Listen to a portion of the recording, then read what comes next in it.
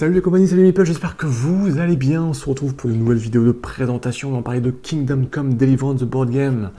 Alors c'est un jeu peut-être que vous connaissez, en tout cas le jeu vidéo qui date de 2017-2018 de mémoire chez Wow Studio. C'est un jeu d'aventure dans un monde médiéval, historique. Et donc là maintenant c'est Board Cubator, un éditeur tchèque qui nous propose cette version d'un jeu en jeu de plateau. On va voir un petit peu ce que ça donne. Ça arrive en campagne GameFound le 19 septembre exactement. Donc voilà, soyez prêts. Donc c'est un jeu d'aventure coopératif de 1 à 4 joueurs. Je vous dis tout de suite, il y aura une application. On va le voir tout de suite en vidéo. Donc voilà, si vous êtes allergique aux applications, ça va être compliqué. À tous ceux qui sont fans du jeu vidéo, sachez qu'ils ont essayé vraiment de retranscrire le jeu vidéo sans vraiment le copier, en tout cas au niveau de l'histoire, puisque les événements qui vont être retranscrits dans le jeu de plateau se passent après les événements du jeu vidéo, donc c'est une autre histoire, on ne va pas revivre l'histoire du jeu vidéo, et en revanche, on reste dans un monde qui est complètement historique, pas de trolls, pas de dragons, pas de magie, pardon, on est vraiment dans une chose de le plus historique possible. On va commencer par une petite vidéo de présentation du jeu, des règles, et puis je vous le redirai, on fera une vidéo de let's play, une vidéo de partie, un début de scénario, pour vraiment vous montrer ce qu'on peut faire avec l'application et ce qu'on fait avec le jeu. Alors donc dans Kingdom Come Deliverance, KCD plus court, on va incarner des personnages. Donc il y a dans le prototype, c'est une version prototype, on a 3 personnages, il y en a au moins 4 qui ont été annoncés de base. Là on a l'inquisiteur, une fermière et puis un monsieur Zahora. Chaque personnage va venir avec un plateau personnage, un plateau qui est très important et dans lequel on va retrouver beaucoup de choses. Ici, donc ça se décroche, on a en fait donc notre personnage et puis on a ses caractéristiques de départ, puisqu'on aura 4 caractéristiques particulières, c'est la force, l'agilité, la perception et la parole. Donc en début de partie, on va suivre ce qui est indiqué, on va commencer avec 2 de nos capacités de niveau 1, donc par exemple ici Zahora, il a une force de niveau 1, donc c'est plutôt un costaud, donc on met un petit jeton, et puis on choisit soit la parole de niveau 1, soit l'agilité. Donc par exemple, si je prends la parole, et ben je commence comme ça. Donc ça va à chaque fois déterminer mon niveau et on va pouvoir augmenter et bien sûr aussi développer nos personnages dans l'ensemble des capacités. Ce qui est important, c'est ça qui va déterminer notre pool de dés, parce que dans Kingdom Come Deliverance, on a un certain nombre de tests à faire, et avec des dés, vous le voyez, on a pas mal de dés ici, de toutes les couleurs, donc qui correspondent aux 4 couleurs. Donc tout de suite, je vous explique comment est-ce qu'on va constituer notre pool de dés pour tous les tests, quel que soit le test, que ce soit un test de force, d'agilité, de perception, de parole, etc. On regarde nos niveaux, et on prend le nombre de dés de notre niveau. Donc ici, j'ai un niveau de force 1, donc je prends un dé rouge, et j'ai une parole, je prends un dé jaune. Toujours, je prends l'ensemble de mes dés, quel que soit le test, ça c'est important. Ensuite, tous les tests se passent avec au moins 6 dés. Donc si je n'ai pas 6 dés, je complète avec des dés basiques, des dés blancs. Voilà, donc pour avoir un pool de 6 dés. Donc ça va être mon pool de dés, quel que soit le test que je vais lancer. Donc bien évidemment, si je fais un test d'agilité, je n'ai pas de dés verts, vous allez voir, ce sera un peu plus compliqué. En revanche, voilà, un test de force, j'ai au moins un dé rouge, ça sera pas simple parce que j'ai 4 dés blancs, mais ça sera un peu plus simple. Ça, c'est parce qu'au début, on est comme dans le jeu vidéo, on n'est pas très fort, on n'est pas très doué, et il va falloir s'améliorer. Donc, au fur et à mesure, on va gagner des niveaux, on va gagner ici des niveaux pour en perception, donc on aura plus de dés. Donc, notre pool de dés va changer. Donc, ici, je suis à niveau 4 en force, donc j'aurai 4 dés rouges. Tac. Ensuite, j'ai 3 d'agilité, donc j'aurai 3 dés verts. Ça, c'est pas un dé. Hop là, c'est pas le bon dé. On va prendre 3, comme ça j'ai les dés sous les yeux. 3 dés rouges, 3 dés verts, 2 dés bleus pour la perception, ici. Et puis la parole, 3 dés jaunes. Voilà, ça sera mon nouveau pool de dés. Alors, puisque les tests, c'est toujours 6 dés maximum, et bien là, en revanche, lorsque j'aurai mon test, je vais pouvoir choisir les dés que je vais prendre dans une limite de 6. Si je fais un test de force, je vais bien sûr privilégier de prendre 3 dés verts, et puis prendre 3 dés rouges, et 3 dés verts, par exemple. Si je fais un test de parole, je vais plutôt privilégier mes dés jaunes, et je compléterai avec 2 dés bleus et un dé rouge, par exemple. Voilà. Donc, toujours 6 dés en complétant s'il faut avec des dés basiques. Alors, les dés basiques, sur ces dés, on a quoi? On a des faces. Le dé blanc, il a 5 faces vierges, donc qui ne vous rapportent aucun succès, et une face avec un 1 qui vous rapporte un succès, quel que soit le type de test. Donc, voilà, les dés basiques sont vraiment basiques. Sur les autres dés, en fait, on a soit un symbole, soit des faces vierges, soit un nombre, le chiffre 1 à chaque fois.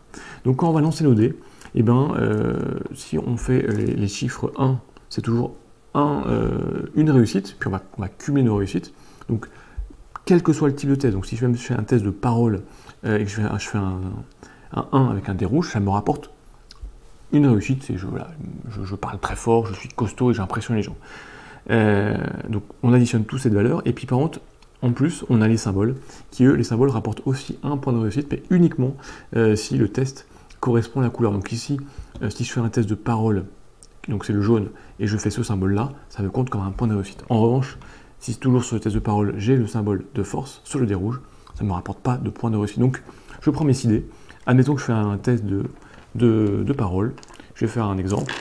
Donc là j'ai 2, 4, voilà. On va dire que je suis comme ça, donc c'est-à-dire que j'ai une force de 1, ici de 2, et là j'ai rien du tout. Ça serait mon pool de dés, hein. Donc je vais les mettre là, un dé rouge, 2 dés jaunes, et puis je complète pour avoir 6 dés. Donc là j'en ai 2, 4, 5, pardon, et donc 6 dés.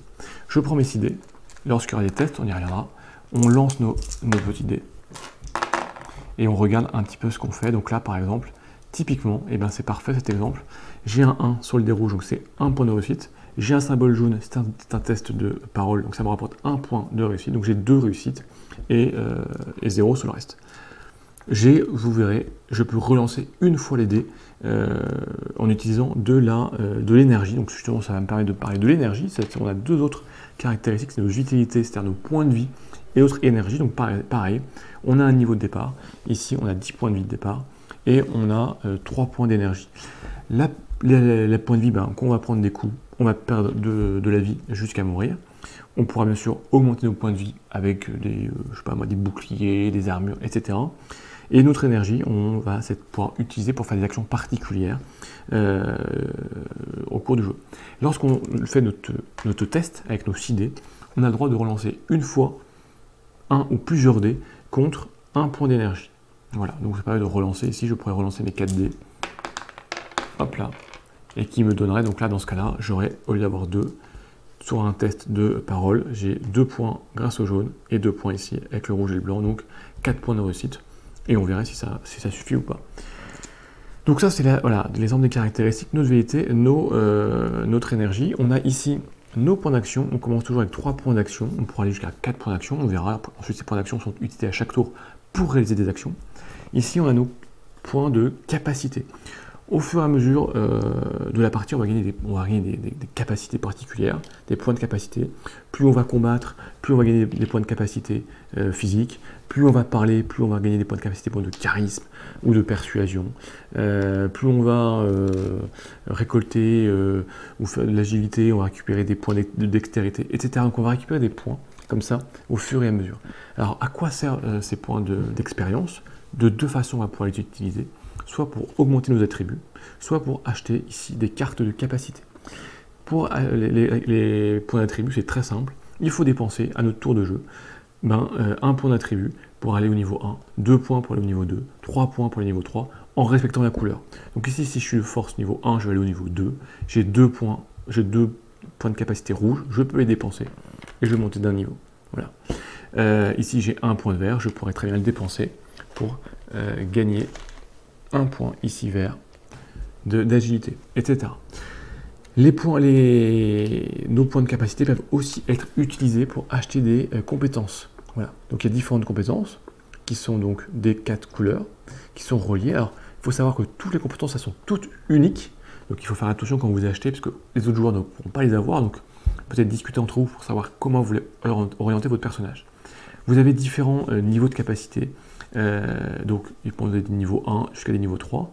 Donc déjà la première chose c'est que pour acheter une capacité niveau 1, il faut avoir le niveau correspondant dans la couleur. Donc ici, de force, je peux acheter des cartes de capacité 1 et 2, mais pas de capacité 3. Et ensuite je dois dépenser un jeton de la couleur considérée pour acheter la capacité. Cette capacité tout simplement, je vais venir la mettre, donc je l'achète, hop là, celle-ci.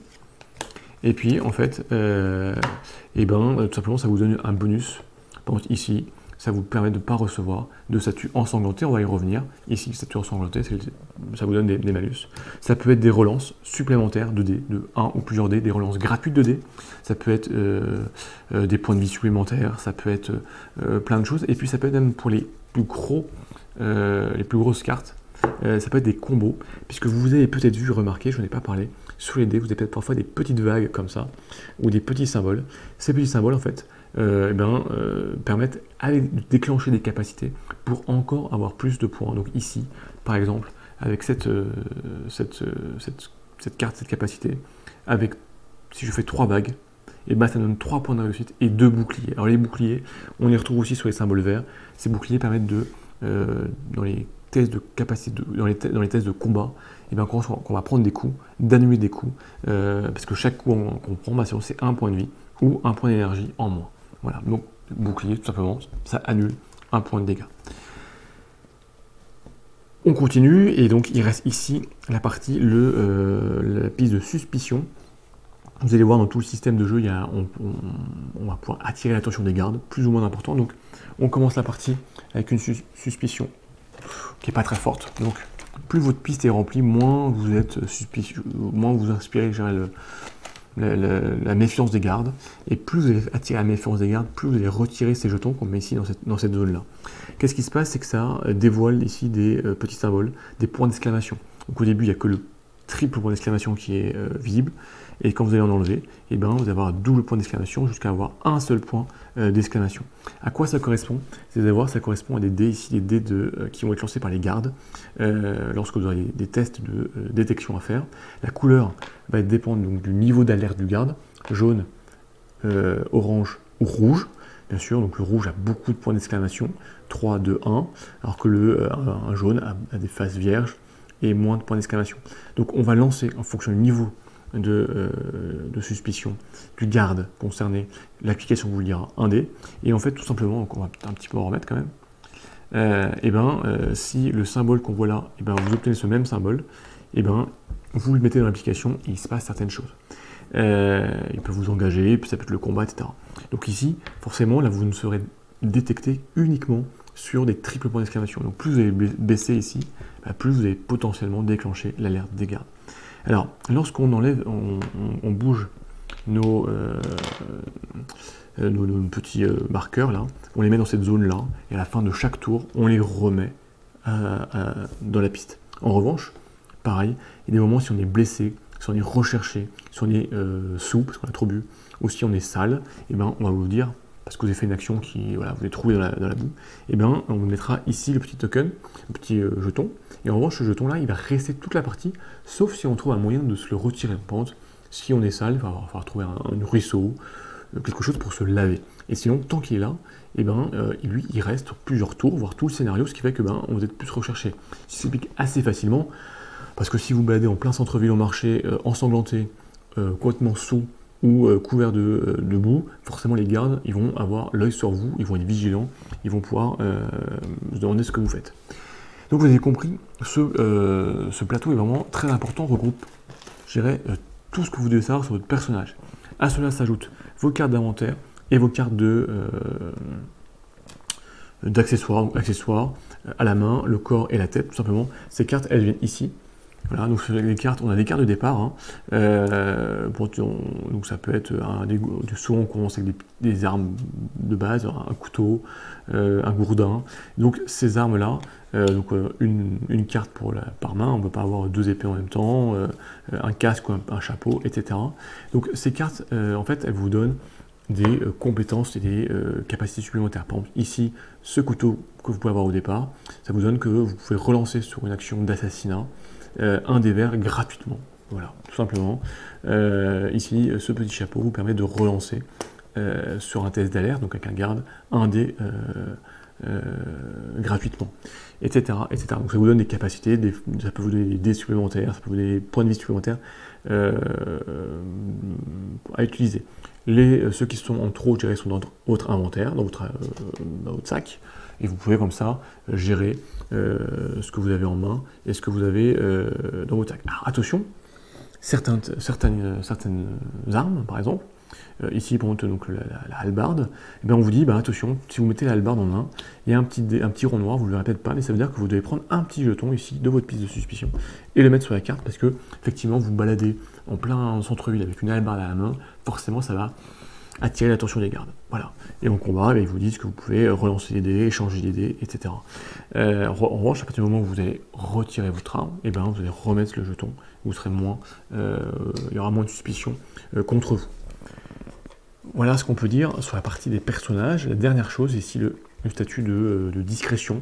Vous allez pouvoir, à un moment donné, si vous le souhaitez, utiliser le mode discrétion, donc vous mettrez un petit marqueur, et vous verrez dans ce cas-là, on va pouvoir relancer les dés lorsqu'il y a des tests de détection, on sera moins visible des gardes, on va voir un petit peu la mécanique tout de suite après.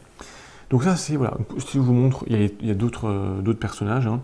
Donc qu'est-ce qui différencie les personnages de départ? Bien sûr c'est leur vitalité, leur énergie, c'est les dés d'attributs, donc ils sont orientés différentes choses. Après, en développant vos personnages, vous pouvez vraiment faire et construire le personnage que vous voulez. Même une femme qui peut-être est plus portée de base sur la perception et l'agilité, vous allez pouvoir en faire une super combattante si vous augmentez vraiment la force à fond, etc. Et puis, chaque fois par scénario, chaque personnage a une capacité qu'il peut utiliser une fois par scénario pour aider dans l'aventure. Donc là, vous avez le dernier, l'inquisiteur, donc qui a d'autres capacités, qui lui, par contre, se balade avec un couteau et un crucifix, donc qui vont apporter d'autres compétences. Alors ça permet de parler des figurines quand même, parce qu'il y a des figurines. Alors c'est des figurines qui sont plutôt grandes, hein. Donc là on a différentes figurines. Alors dans le prototype, elles sont toutes différentes. Il n'y en a aucune pareille et vraiment différente, donc très bonne surprise. Elles sont assez grandes et plutôt de très, très jolie qualité. Et voilà, vous avez vu, par exemple ici, on va mettre un socle sur un garde, donc là il aura un niveau de vigilance jaune. On peut mettre des socles pour entre rouge, si il est vraiment alerté. Ça c'est l'application qui vous le dira, ou même certains, ou des personnages non joueurs avec lesquels vous allez pouvoir interagir, avoir des socles blancs. Il y a différentes couleurs qui se rapportent aux dés qui vont pouvoir être utilisés. Alors maintenant, il y a quand même une map, hein, sur laquelle ça va se passer. Donc le scénario vous dira un peu la carte, et qui va se dévoiler au fur et à mesure. Et donc voilà, vous allez avoir comme ça quelque chose qui va se dévoiler. Donc là, j'en ai pris 4 au pif, hein, qui bien sûr donc, ne correspondent pas vraiment. Si, ça correspond le chemin là. Voilà. Donc vous allez avoir votre carte ou début de carte. Vous allez mettre vos personnages, par exemple si vous commencez là, peut-être qu'il y aura un garde qui sera là, je ne sais pas. Et ça vous dit un peu, voilà, il y aura toute une mise en ambiance, une narration, des dialogues, etc. pour introduire le scénario, qui va vous donner une quête à réaliser, de trouver quelqu'un, de fouiller quelque chose, d'enquêter.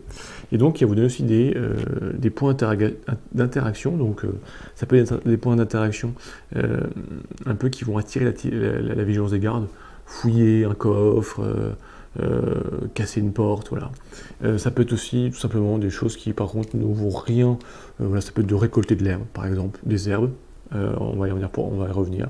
Ça peut être d'observer. Voilà. Donc il y aura différentes points d'interaction possibles qu'on va pouvoir utiliser. Alors comment va se passer une partie de Kingdom Come Deliverance? À chaque tour de jeu, vous allez avoir donc 3 points d'action à utiliser. Il y a 4 grands types d'actions. La première, c'est le déplacement. Donc vous pouvez vous déplacer pour un point d'action sur une tuile adjacente qui est disponible. Donc jamais en diagonale, toujours de façon orthogonale. Pour savoir si on peut y accéder, il faut regarder la couleur du numéro de tuile. S'il est dans les beiges comme ça, on peut y accéder, on peut se déplacer. Si on est marron, on ne peut pas se déplacer. Voilà. Ça, on ne peut pas venir à la maison parce qu'on vous expliquera que peut-être que c'est pas possible pour l'instant et qu'il faudra attendre de retourner la tuile par exemple, ou qu'il y aura un effet de jeu qui vous dira que vous pouvez y aller. Dans ce cas, vous mettra une petite flèche pour dire qu'on peut accéder à cette tuile. Donc premier point, c'est de déplacement, donc c'est une tuile, un point d'action. On peut se déplacer davantage avec toujours un point d'action, donc si on veut faire 2 déplacements par exemple, en dépensant un point d'énergie par tuile supplémentaire. Donc c'est comme si je me mettais à courir pour aller plus loin sur la carte. Attention, dès que je rentre sur une tuile où il y a un garde, je dois faire un test de détection. Donc là je le suis. En fait, mon test de détection, je prends le dé qui est de la couleur du socle, je lance le dé. Donc là, il se passerait typiquement rien. je compare, je vous remonte le dé, je compare avec ma piste de suspicion, et puis donc je rentre dans l'application, je sélectionne le garde dans l'application, et puis on va regarder, lui dire, bah voilà, il m'a détecté, il n'a pas détecté, et il va s'en suivre certaines choses. Donc quand je rentre sur une tuile avec un garde, je suis obligé de m'arrêter. Ça c'est la première action, c'est le déplacement. La deuxième action, c'est d'interagir. Donc sur une tuile, je peux interagir avec ce qui est indiqué. Donc là, j'interagis avec le vert, avec le bleu, enfin bon, ce que je veux. Et donc, je sélectionne dans l'application l'interaction, et je me laisse porter par interaction, qui va peut-être me dire, bah tiens, vous avez récupéré des fleurs, vous avez récupéré un objet, donc on prend l'objet directement dans la tuile, ou peut-être qu'à un moment donné de faire un test, donc je prends mon pool de dés, je lance mes dés, on le verra après dans un exemple, et puis je rentre le score que j'ai fait, et donc ensuite, en fonction du score, j'ai réussi ou pas, je lis les conséquences, j'ai réussi, j'ai pas réussi, et ce qui va se passer. Donc s'il y a une application, ça va enregistrer vos résultats, je dirais, et dans la suite de la partie, ça peut en tenir compte. Par exemple, s'il y a une maison qui brûle, et que vous allez vouloir sauver, rentrer à la maison parce qu'il y a quelqu'un à l'intérieur, vous cassez la porte, vous réussissez le test de force, et vous sauvez la personne, potentiellement cette personne pourra s'en souvenir 2, 3, 4 scénarios plus loin, et venir vous aider. Au contraire, si elle a brûlé, qu'elle est morte, vous ne pourrez plus la rencontrer dans la suite de l'aventure.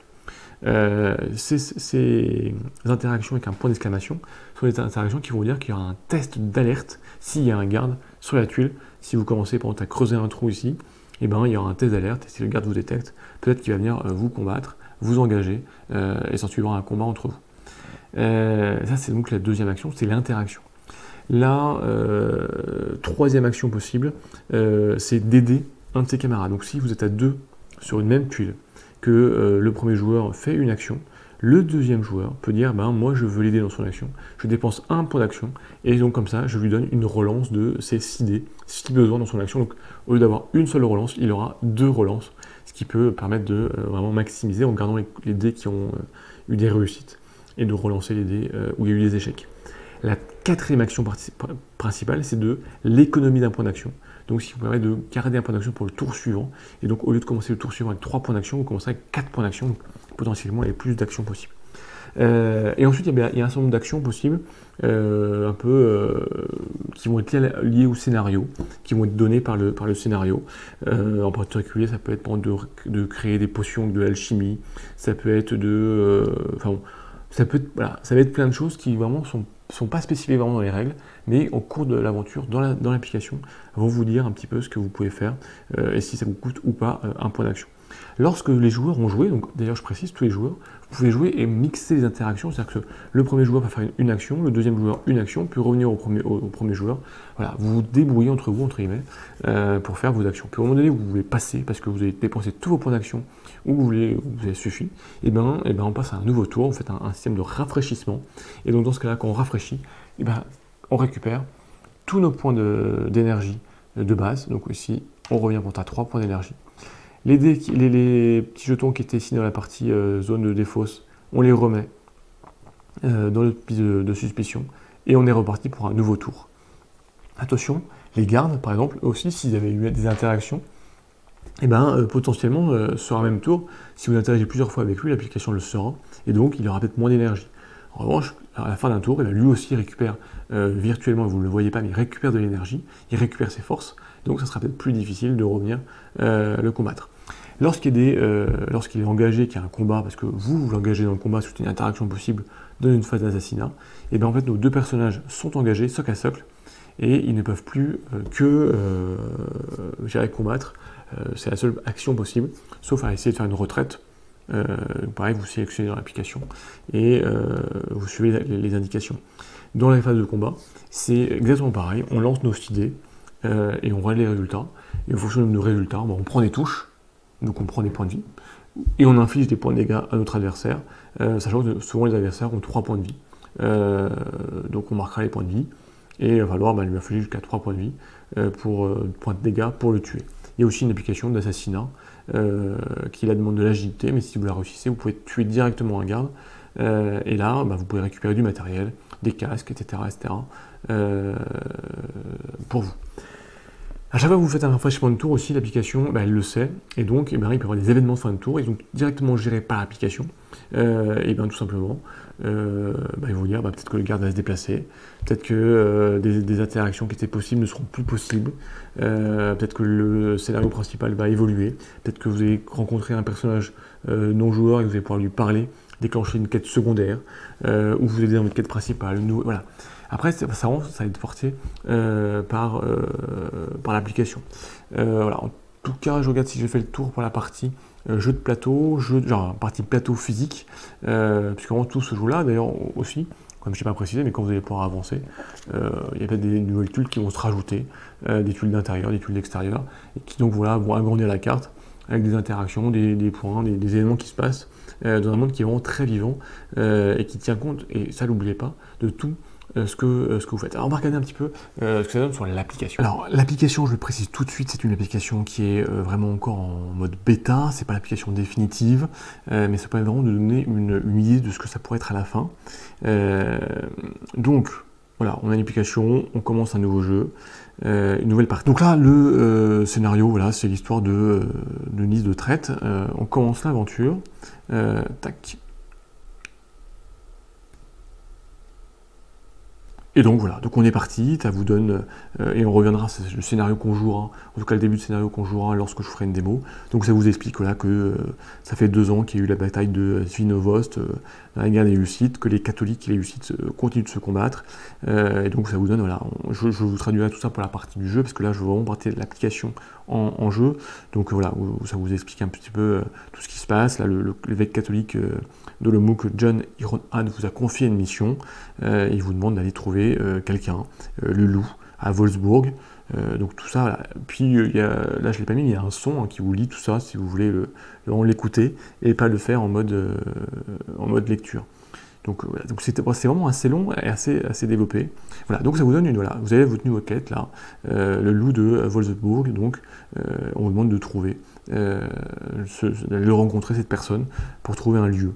Donc voilà, après ça continue encore la mise en ambiance. Et puis là on a même voilà, des dialogues. Donc là on est en route, et puis voilà, il y a le cocher qui vous parle, ça échange. On y reviendra tranquillement. Donc c'est assez long. Puis là vous commencez vous entendez un capitaine qui est en train de. Ça se passe dans un village, ils sont en train de tout brûler. Voilà, vous arrivez au village de Samopatch. Voilà, donc ça vous dit, tiens voilà, vous révélez la tuile 108, ça sera C3, vous placez vos figurines sur C3 et vous êtes parti. Donc voilà, ça vous décrit ce que vous avez à votre gauche, à votre droite. Donc vous placez les tuiles 105 et 102 à droite et à gauche. D'un côté la taverne, de côté une maison qui est en train de brûler. Tac, on continue. Voilà. Donc là, ça vous dit, vous allez placer un jeton d'interaction bleu sur la piste 3, donc où vous êtes, sur le mode suspicieux. Donc si vous faites cette action alors qu'il y a un garde sur la tuile, il y aura un test. Et là, à droite, la maison est en feu. Vous révélez la tuile D3, la maison est en feu. Voilà, donc on continue, et vous pouvez placer un jeton vert, inspecter la maison en C3, suspicieux encore une fois, etc. Et vous avez un jeton normal, je dirais bleu, sur le sol, toujours en C3. Voilà. Donc ici, voilà, après c'est parti, on retrouve les différentes tuiles qui vous étaient annoncées, l'ensemble de la carte qui n'est pas encore dévoilée. Et puis on voit ici, donc vous avez des interactions possibles ici, en cliquant sur la tuile, vous avez 3 interactions. Donc si vous commencez le jeu, et votre première interaction par exemple, c'est de collecter de l'herbe, vous dépensez un point d'action, vous cliquez sur l'herbe, et puis ça vous dit, voilà, ça vous met en ambiance, et là ça vous dit directement de prendre des items, des objets, donc qui ont des capacités particulières, ça peut être des points de vie, de donner de l'énergie, etc. Et vous gagnez un point de jaune. Donc c'est un point de compétence que vous gardez, un point jaune que vous pouvez utiliser soit pour développer vos compétences et avoir plus de dés à lancer, soit acheter des capacités nouvelles. Et voilà, donc ça c'est votre première action. Il vous reste encore d'autres actions pour inspecter la porte. Donc là, on va inspecter la porte par exemple, on le jouerait. Il y a une femme qui vous appelle, qui est enfermée dans la maison, et qui vous dit, voilà, vous devez faire un test de porte, un test vert. Donc vous constituez votre pool de dés de 6 dés, comme je vous le disais, vous lancez vos dés, et vous allez rentrer le nombre de réussites que vous faites, ou en fonction, donc voilà, si vous faites 2, vous dites, voilà, vous soumettez votre résultat, et vous verrez ce qui se passe. Donc là, vous réussissez à ouvrir la porte, elle vous remercie, elle sort, etc. Vous gagnez un point vert, voilà, de compétences, donc vous allez pouvoir comme ça progresser. Et puis voilà, vous placez la figurine de cette femme Sur ces 3, vous avez l'étude blanche, c'est-à-dire qu'elle n'est pas une combattante, vous allez pouvoir interagir avec elle, et puis bon, elle vous explique certaines choses, et puis là, il y a un garde qui arrive, cache-part, qui lui s'énerve, qui dit mais qui a débloqué cette porte, puisqu'elle a été bloquée, il y a une dispute qui se déclenche, le garde est en C3 sur une attitude orange, donc c'est-à-dire que vous serez un dé de suspicion orange si vous devez faire un test, et vous continuez. Et donc là, vous pouvez l'attaquer, attendre, ou ne rien faire. Par exemple, je fais rien, là c'est juste pour pouvoir passer. Voilà. Et puis donc là, nouveau point d'intérêt qui vont se débloquer. Vous pouvez entrer dans la maison en C3 ou explorer la partie nord en C3, donc des différents points d'exclamation. Par exemple. Donc là, si vous voulez rentrer, vous lisez, parce que vous allez voir à l'intérieur ce qui se passe. Enfin bon, voilà, vous passez, mais vous avez compris un petit peu il y a un grand dialogue, hein, donc il y a un gros travail. Et donc là, vous avez une nouvelle mission, voilà, une mission annexe, une mission secondaire qui est déclenchée, en essayant de savoir un petit peu pourquoi ici le tavernier garde Julia dans sa cellule, genre sa fille dans sa cellule chez lui, vous gagnez un point bleu à dépenser, etc. Donc après, si on fait l'exploration vers le nord, eh ben, vous allez pouvoir révéler des tuiles, placer des pions d'objectifs. Là, je vais un peu vite pour vraiment... tac. Donc vous placez voilà, des nouveaux points d'interaction, des nouveaux personnages, le personnage de l'orphelin, le M11, sur une tuile, et votre quête elle avance. Et puis ce que vous allez voir,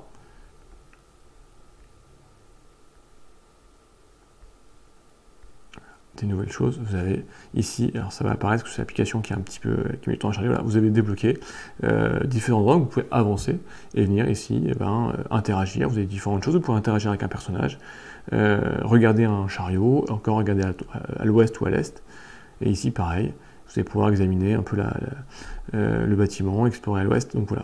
Donc vous avez dépensé vos points, et puis quand vous avez fini, vous dépensez tous vos points, vous faites player refresh, c'est la fin de partie, où est-ce que vous êtes sûr? Oui. Et tout simplement, on vous dit, voilà, remettez vos points d'action et d'énergie au maximum, vous remettez votre piste de suspicion à 0, et puis bon, il y a des systèmes d'alerte, de dés d'alerte qui vont être remis à 0, nouveau tour, et vous continuez. Alors, on va le voir, on va essayer de voir si ça se passe. Je fais directement un refresh, là, il se passe rien, mais quand vous faites des actions, il peut y avoir un événement qui va se passer, vous aurez un événement qui va se passer, qui va vous dire, tiens, il se passe ça à tel endroit, et potentiellement, il y a des déplacements, des nouveaux gardes qui vont apparaître parce qu'ils patrouillent, etc. Enfin, donc il faudra vivre avec le monde qui vous entoure. Et la dernière chose que vous pouvez faire, c'est ici sur l'application, vous pouvez vous jouer un petit peu à l'alchimie, vous allez pouvoir trouver des potions ou des plans de potions, et donc essayer de faire des choses, donc choisir un récipient, mettre un récipient, et ensuite mélanger certains événements, de l'eau, des herbes, etc. Et puis vous allez voir un petit peu ce qui se passe. Et là vous gagnez un point d'alchimie. Bon, ce que j'ai fait c'est n'importe quoi, ça ne marche pas du tout, mais j'ai essayé, je gagne un point d'alchimie. Vous allez pouvoir comme ça créer des potions, bonnes ou mauvaises, à vous d'étudier. Donc il y a aussi de l'alchimie, un petit peu de craft à faire pour avoir de l'alchimie. Et vous retrouvez ici l'ensemble des quêtes que vous débloquez avec où est-ce qu'on en est et ce qui se passe. Donc là, bon, j'ai trouvé le loup de Wolfsburg, c'est un homme. Hein. Maintenant, il faut que j'interroge l'orphelin. Et j'ai une autre quête si je veux. Voilà. Et ben voilà, un petit peu vous montrer un petit peu comment ça se déroule en fait. Donc il y a vraiment une très grosse présence de l'application qui vraiment vient vous guider sur vos interactions. Vous allez pouvoir choisir les interactions, etc. On va pouvoir vraiment le comparer, en tout cas beaucoup de gens vont comparer le jeu à Destiny's chez les Lucky Day Games. Il y a des points vraiment très communs, un monde médiéval, un jeu comme ça d'enquête, un jeu avec des tuiles qu'on dévoile, avec des points d'interaction, une application. Mais en fait, il y a plein de choses qui sont complètement différentes, qui en font vraiment des jeux différents. D'abord, c'est un jeu qui est complètement coopératif et pas du tout compétitif comme un Destiny's. Ensuite, c'est un monde médiéval historique. Là, vous n'aurez pas de magie, point des dragons, non, là, pas du tout. Dans Destiny's, il y a un petit peu de magie, il y a on joue sur les fantasmes de l'époque. Ensuite, ici, on a en Destiny's, c'est plutôt un système de scénario one-shot. Ici, on a un système de quêtes avec une multitude de scénarios, une campagne, avec des scénarios, des quêtes qui vont s'achever lesquelles vous allez échouer, d'autres qui vont s'ouvrir, des quêtes principales, des quêtes secondaires, donc voilà, plein de choses, vous ne pourrez pas tout faire, il faudra faire des choix, des quêtes qui seront parfois limitées dans le temps, d'autres vous aurez le temps d'explorer. Donc il y a vraiment un système de campagne, ce qui fait qu'il y a un système d'évolution de vos personnages, puisque vous allez vraiment gagner des points de compétences qui vont améliorer vos caractéristiques et vos poules de dés pour avoir plus de chances de réussir vos tests. Et puis vous gagnez des compétences avec les petits tokens à gagner, les points de compétences et donc, acheter des nouvelles compétences, donc des nouvelles capacités. Après même sur le matériel, hein, on est sur une dimension beaucoup plus grande, les figurines sont beaucoup plus grandes, on n'est pas sur la même taille d'échelle. Donc quand même, malgré tout, voilà, deux jeux qui sont vraiment très différents. Niveau de l'application, elle est très présente. Elle est vraiment très présente, donc si l'application et la présence d'une application vous gêne, ça vous plaira pas. Voilà. Si une application ne vous dérange pas, elle est très présente, mais elle permet beaucoup de choses. C'est-à-dire qu'elle permet d'avoir un monde qui est évolutif, un monde qui tient compte de vos choix, puisque ça va sauvegarder vos choix, donc avec des conséquences. Ça permet de gérer un certain nombre de choses que vous n'avez pas du tout à gérer. Vous mettez juste le résultat de votre test et ensuite elle vous dit ce que vous devez faire. C'est elle qui va vous dire si vous avez des tests d'alerte à faire, des tests de détection à faire. Parce que lui, l'application va savoir toujours où sont placés les gardes. Elle ne saura pas où vous êtes vous, mais elle saura où sont les gardes. Donc elle vous dira, si vous êtes sur cette tuile-là, vous faites un test, parce qu'il y a un garde qui est présent, parce que voilà, s'il est parti, il n'y aura pas de test, etc., etc. Ça va gérer aussi, par exemple, les événements qui sont vraiment, et c'était un point fort du jeu, qui sont vraiment liés au monde dans lequel vous vivez. Il n'y a pas d'événements génériques. Pardon, je m'étouffe. Les événements, genre il n'y a pas d'événements génériques bateau, en tout cas je n'en ai pas détecté dans les parties que j'ai faites. Les événements sont vraiment liés au scénario, à ce que vous avez fait, et à un moment où vous en êtes dans la partie. Donc on se laisse vraiment guider et porter par l'application, donc elle est très présente. Ce qui fait que peut-être qu'à 4 joueurs, moi j'ai joué en solitaire, donc c'est facile, j'ai l'application, je le suis. Si vous jouez à 2 joueurs, ça peut se faire facilement, l'application est au milieu, surtout avec le son. Si vous jouez à plus de 2 joueurs, eh bien, il faut se passer l'application, ça peut être un peu moins pratique que tout seul. Dernière chose, c'est ce qui est une présence parce qu'il y a beaucoup de texte, vraiment, il y a aussi un très gros travail de narration, un très gros travail d'immersion, un très gros travail d'histoire. C'est pas juste 2-3 dialogues, hello, bonjour l'ami, comment ça va, et puis non, il y a vraiment des gros dialogues, des gros textes d'immersion. Donc c'est tout en anglais, à voir s'il y aura une VF. J'ai pas l'information au moment où je tourne cette vidéo. La porte n'est pas fermée, mais rien n'est sûr. C'est sûr que ça sera plus pratique si on joue en VF, en français, sur ce type de scénario. En plus de ça, vous avez, par exemple, je ne l'ai pas montré, mais chaque personnage commence avec une longue lettre. Voilà, qui vous donne un peu votre background, un peu vos intérêts, etc. Donc c'est sûr que si vous êtes, c'est en anglais, donc si on peut l'avoir en français pour les non-anglophones, ça serait mieux. Pareil, il y a un grand texte d'ambiance, sous forme de parchemin, qui vous explique un petit peu où on en est historiquement. Tout ça est en anglais, les cartes sont en anglais, donc l'application est en anglais, donc à voir s'il y a une VF. En tout cas, moi, qui suis amateur de jeux solo, de jeux à campagne, de l'expérience, où l'application ne me gêne pas, j'ai passé un excellent moment sur ce scénario tutoriel. Pour avoir joué aux jeux vidéo, on retrouve vraiment la même sensation que le jeu vidéo, c'est-à-dire qu'un monde ouvert, on peut faire un petit peu ce qu'on veut. On est vraiment pas bon. On commence avec 2 dés, avec 4 dés blancs, donc avec 5 faces vierges et une face avec un 1. Voilà, donc il faut vraiment, on sent vraiment cette montée en puissance, de gagner des capacités nouvelles, des points d'expérience à dépenser dans les capacités ou dans les dés. Alors, comme dans le jeu vidéo où on commence, on sait à peine manier une épée, pas du tout d'ailleurs, il faut l'apprendre avant de devenir un grand chevalier. Donc voilà, moi ça passe très bien, mais si on accepte cette partie d'application qui est très présente, mais moi, qui quand on joue en solo, porte le jeu. Alors j'ai dit une fois sur un forum, c'est vrai que presque s'il n'y avait pas eu de jeu vidéo, avec l'application on aurait pu créer le jeu vidéo. Le jeu vidéo existe déjà, donc il n'y a pas besoin de le créer, mais ça le rapproche forcément du jeu vidéo. Et pour certains, ça fait peut-être un petit peu doublon. Voilà, ça dépend du curseur que vous mettez dans la présence de l'application, elle est très présente. Moi ça ne me gêne pas, mais je préfère vous prévenir. Et ben, je pense qu'après, le mieux pour vraiment découvrir les mécaniques du jeu, voir l'interaction application plateau, et ben, c'est de faire une vidéo de présentation de parties. Et ben ça, on se retrouve très vite. Je vais vous la tourner très très vite, cette petite vidéo. Comme ça, vous aurez une idée de comment est-ce que ça se joue et de ce premier scénario, en tout cas du début du scénario, et de sentir les mécaniques qui sont très simples. C'est un jeu, voilà, je voulais le dire, c'est un jeu qui est très simple d'accès parce que on est porté par l'application. C'est l'avantage de l'application.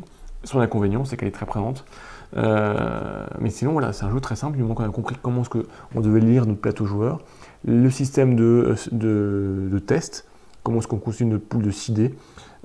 Ensuite, on lance nos dés, on lit les dés, les tests d'alerte, donc avec nos dés, et tout simplement, sur l'application me demande de faire un test d'alerte, soit je rentre sur une tuile où il y a un garde, en tout cas je fais un test d'alerte, je lance le dé, je lis par rapport. C'est pas compliqué, donc c'est vraiment super accessible, et puis en étant coopératif, on peut s'aider, on peut tous partager, hein, on est ensemble, on est une équipe, on peut se diviser sur le terrain, ou rester en groupe, on reste en groupe, on s'entraide, on se divise, on explore plus de choses, à vous de voir, sachant que, si je ne l'ai pas précisé, la difficulté, autant la version prototype, la difficulté est basée pour 3 joueurs, dans la version finale, la difficulté sera modulée en fonction du nombre de joueurs que vous êtes, si vous êtes 1 joueur, 2, 3 ou 4 joueurs. Et voilà ce qu'on peut vous dire de façon générale sur Kingdom Come Deliverance The Board Game qui arrive campagne GameFound le 19 septembre. Et voilà, donc ça vous permet d'en savoir un peu plus. N'hésitez pas si vous avez des questions, j'y répondrai avec plaisir ou avec les auteurs du jeu. Et puis moi je vous retrouve très vite pour vous faire une présentation de Let's Play de partie qui vous permettra un petit peu d'en savoir plus sur Kingdom Come Deliverance. Et j'espère que ça vous a plu, que ça vous a aidé. N'hésitez pas si vous avez des questions et on se retrouve très vite pour de nouvelles vidéos. Ciao Nipple.